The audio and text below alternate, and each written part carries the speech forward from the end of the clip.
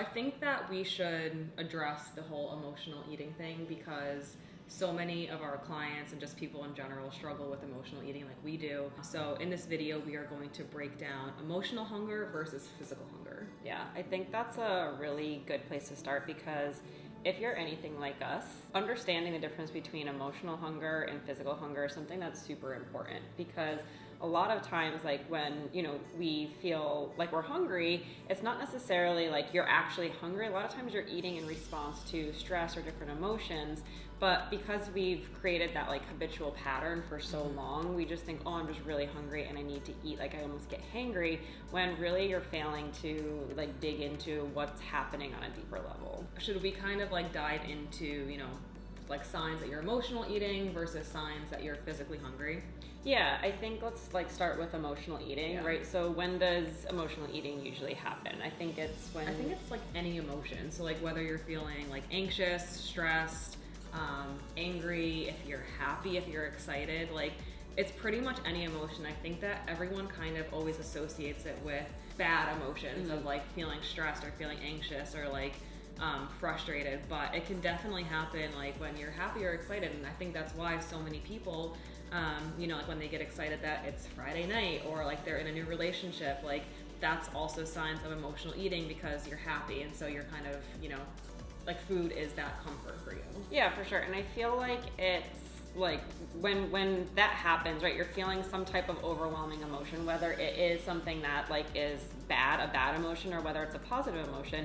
And when we turn to emotional eating, it's when you're turning to food in order to kind of, cope with whatever emotion that you're dealing with. And so I think something that is typical, right, is when, like what you said in the beginning, when you think about emotional eating, you think like, oh my God, I'm so stressed, or I'm feeling really upset, or I'm sad or frustrated. And so like I, rip open a bag of chips and I stress eat like chips for some reason. Or like you always go to like, that joke about like a breakup and it's like, oh, I'm gonna get over him and get with my friends Ben and Jerry. Like sad woman eating like a pint of ice cream to like cope with her emotions.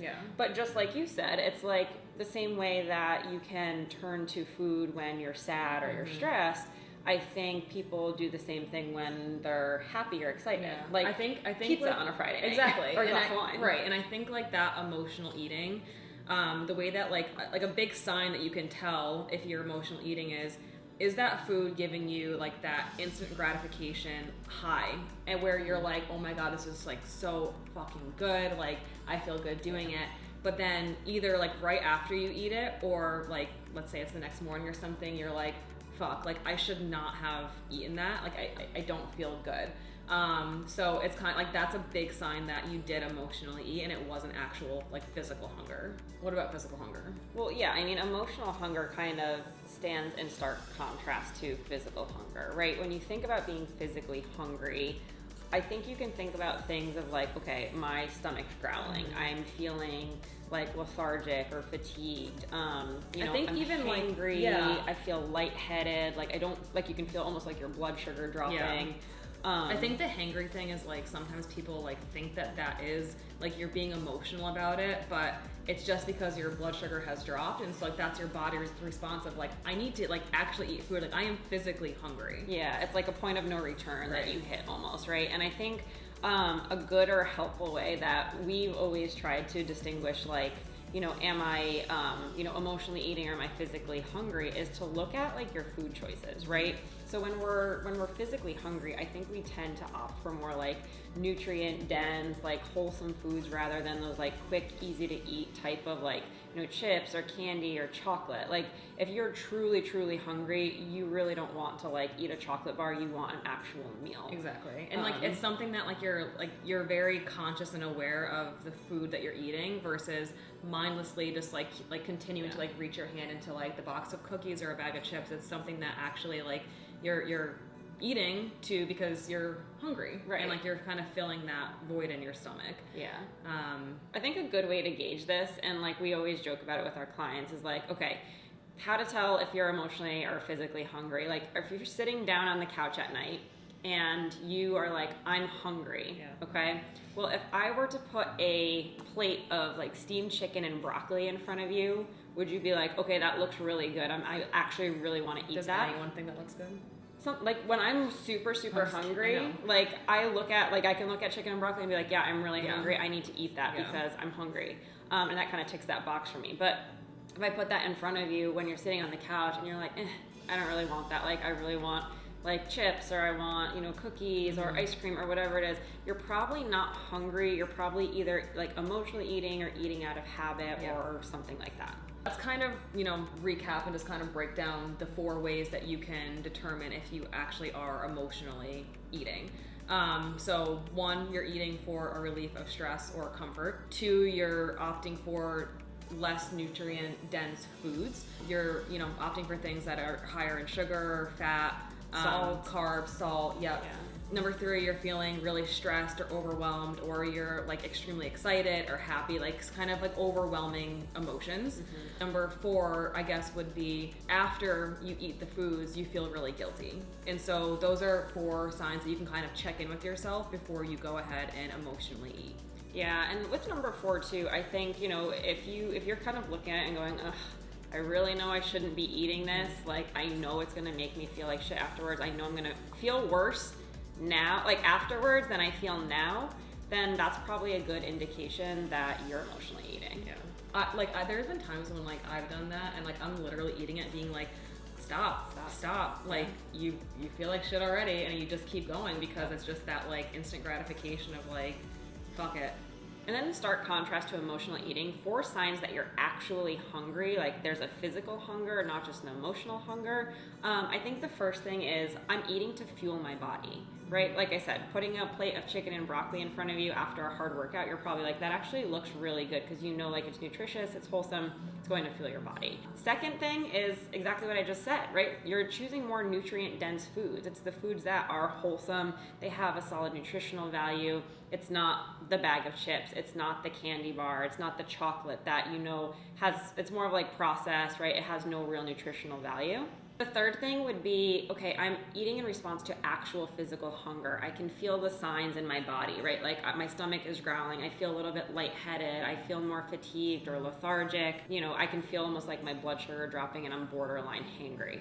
And the fourth thing would be, okay, the food that I'm about to choose is going to contribute to a healthy relationship with food, right? I'm not going to eat it and then immediately feel guilty afterwards or feel like shit afterwards or know that, because I chose that, it's going to further my cycle of feeling like, I have to restrict that food in the future because I just binged on it. Yeah, I think number 4 on both the emotional and physical hunger is arguably like one of the most important to pay attention to because like that's your body's like gut response on how this food is making you feel. And so if you are having like those feelings of guilt or like you feel really bad about what you're eating, you're emotional eating. If you feel like, this is great and like I'm proud of myself and this is good food and like I feel good, then you know that you're actually physically hungry. So just listen to your body, and eventually you'll get to a point where you can determine on your own if you're emotionally eating or physically eating. So how can we start to identify patterns in emotional eating versus, physical hunger? Yeah, I think the biggest thing is when you feel like you're getting to that point of no return, whether it is physical hunger or whether like your emotions are just kind of surging through your body and it's about to take over, it's time to take a pause and check in with yourself. And I think there are 3 helpful questions that you can ask to help start identifying those patterns in emotional versus physical hunger. So 1. The first thing would be, well, how am I feeling right now? Am I experiencing a wave of emotion? And how is that making me feel inside my body? Yeah. Right? Yeah. Is it the fact that, I'm feeling so happy right now, I don't care about how I felt earlier in the day, right? Like earlier in the day, I was putting on my jeans, I was getting dressed, and I was like, I'm miserable, I don't like how I look, I don't like how my clothes fit, I'm really upset. But it's Friday night now and the stress of the work week is gone and like my kids are in bed and I'm sitting down with my partner and we just ordered a great pizza and I have a glass of wine and I'm feeling really happy, like all the stress is gone. I don't even care how I felt earlier this morning because I just want some time to relax. Right? And so you have the second piece of pizza, the third piece of pizza, and it doesn't stop even though you're full. You pour the second, third, fourth glass of wine, and we just keep going from there, right? Yeah.